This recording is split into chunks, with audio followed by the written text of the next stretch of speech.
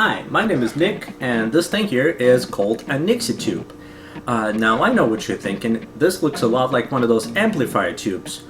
It's not actually. It does look like it, but it doesn't amplify anything. It has a very different purpose. This is more like a lamp, like a neon lamp. It's not vacuum, it's filled with gas, it's filled with neon inside.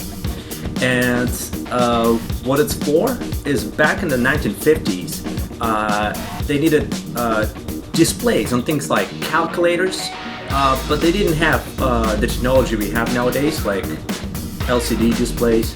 So they came up with this idea of taking a large tube, looks like an amplifier tube, and put in many filaments inside. Here, I don't know if you can see. That big mesh on the outside, that's called an anode. And the many filaments inside are called cathodes. And what you do is you apply voltage to these connections at the bottom, and depending on how you apply the voltage, one of these filaments will start glowing, because as the voltage passes through the gas to the anode, it ionizes the gas around it and then turns the gas into plasma. Plasma glows. In this case, it will glow yellow or orange, and it'll have like a little blue afterglow. Now, of course, since then we have all this new technology nowadays, so these things are largely obsolete. So what can we use them for? They come in a variety of sizes. You can have tiny ones like this big, or you can have these ones. This is one of the larger ones, or you can have really big ones. But the larger they are, the more expensive they are, because there are people who collect them, and some of them are really rare and unusual. And this one is made, as you can see by the markings on the back, in the Soviet Union. And Soviet Union is where you can buy them today, order them today, relatively cheap. So what could you use them for today, since it's an obsolete technology? Well, you can get your soldering iron out and get some electronics and get a PCB board, and then you can put together something like this. This is a clock, and I'll show you how it works. Careful.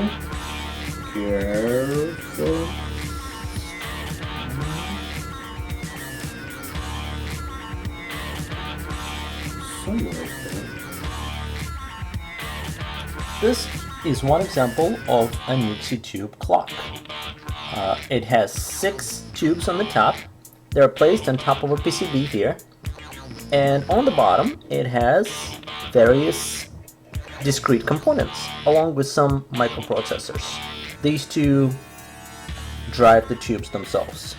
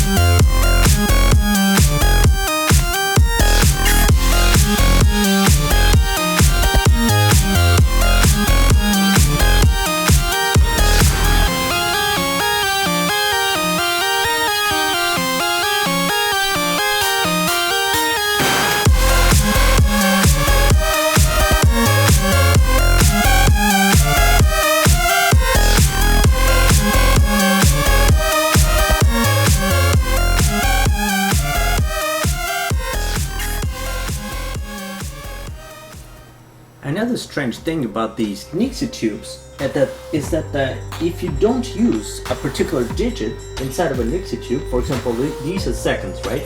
So we can have up to 59 seconds, but never more than that, right? So digits 6, 7, 8, and 9 will not be used on this tube.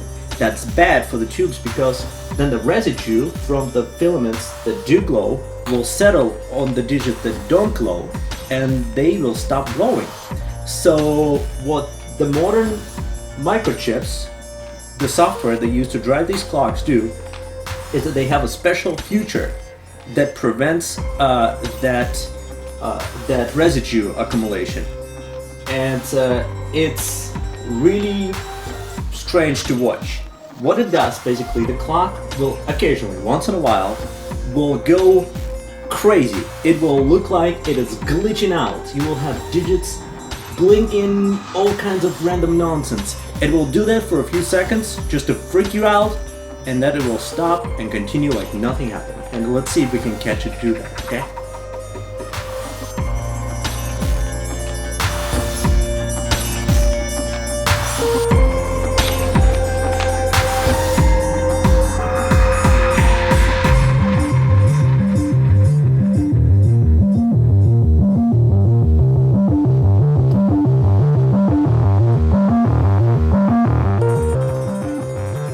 That's Nixie clocks for you. Thanks for watching.